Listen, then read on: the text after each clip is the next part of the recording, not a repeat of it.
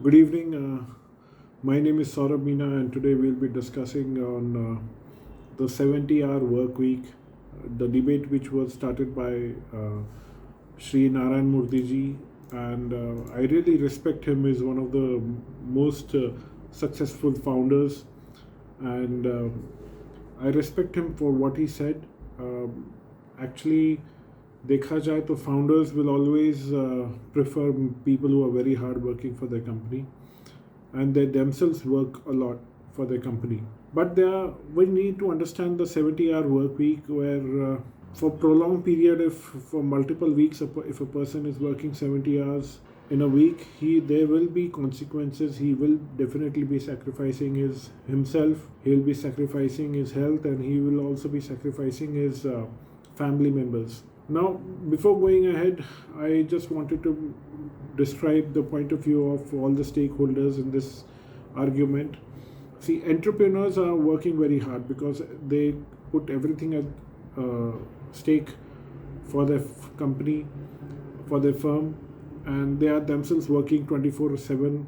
I read a story about a dairy farmer, uh, uh, and he wakes up every day at around 3 or 4 a.m. and works whole day continuously along with all the people in his team, and continuously he has been working for 7-8 years. It took a time for his firm to get established, but now it is very much successful. And not only in this example, there are multiple firms, there are multiple examples, and the founders and entrepreneurs have to put in everything, and they are working a lot more than 70 hours a week. But one thing to note is that they will get a major chunk of revenue whenever the company becomes successful.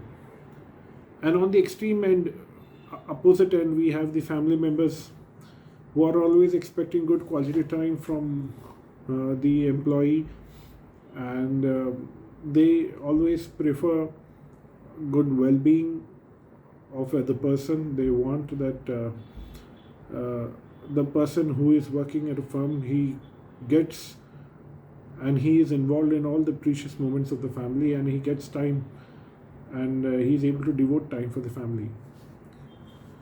But in the employee who is working in a firm has to maintain the balance between both these uh, stakeholders.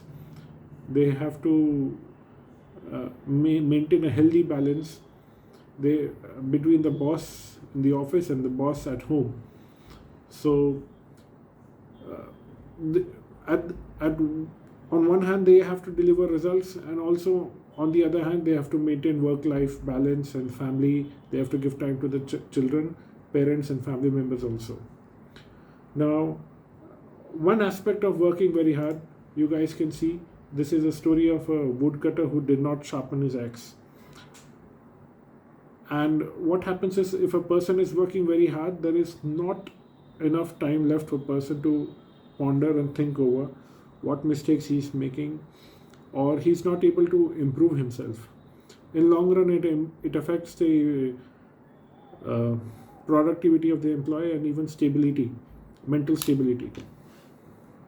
So you can see that he realized that he neglected the time, he neglected sharpening of his axe, and that is the reason why his productivity was getting declined.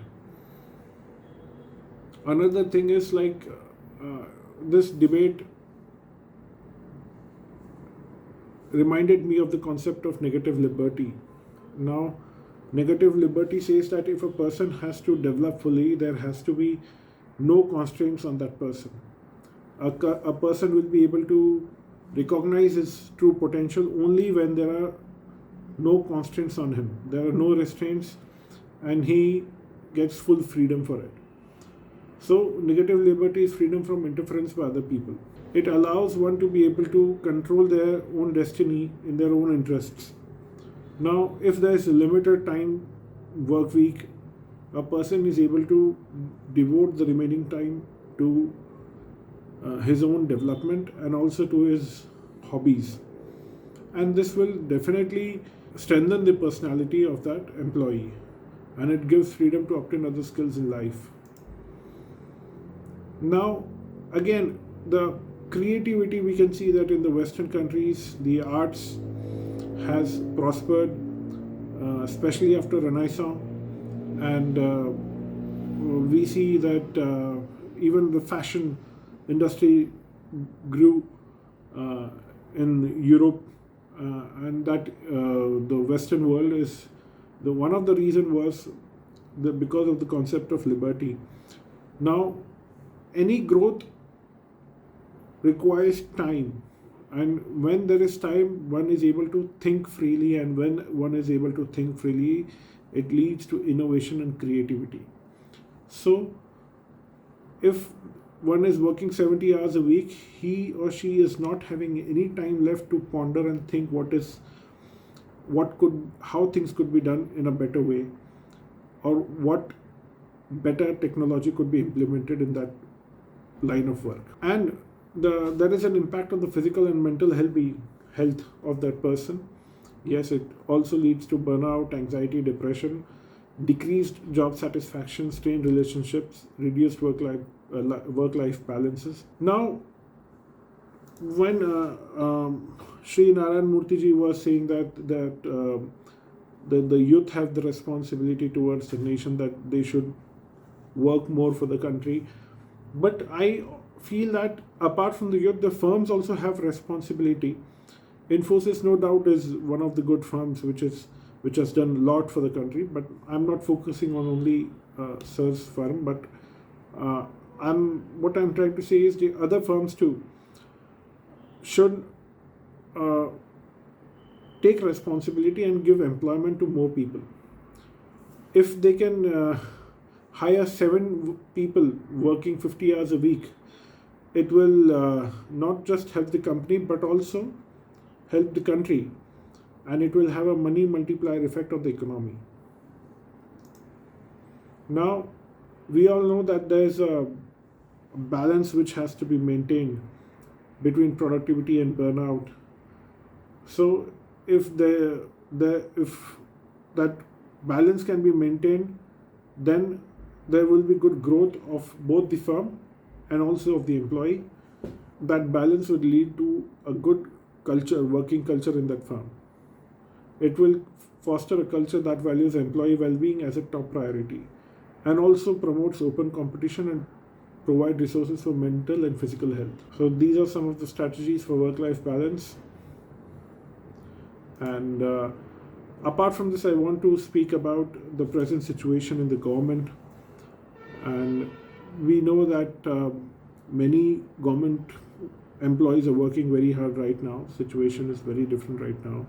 Everyone is working very hard, and especially when we go to the high echelons, you can see the senior officers, senior bureaucrats, they are working more than 70 hours a week.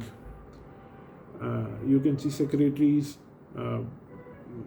very senior police officers, and even other civil servants. They are always on the run, and they are always on the go, and even during their free time they are thinking what could be done better. They are working very hard, but we must see that most of the senior people, they get facilities so that they can work hard. They are getting domestic help, they are getting other benefits which allows them to be able to work with a free mind. That is not true with people who are working at lower levels in the government machinery. And the employees, they have responsibilities towards their family, and they have to deliver. They have promises to keep. So I think the 70-hour work week is a little too much for people who are working at lower levels. Maybe say 50 to 55 hours a week sounds a good balance for them.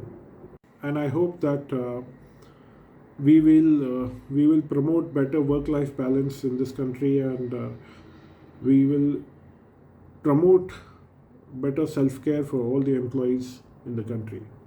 Thank you.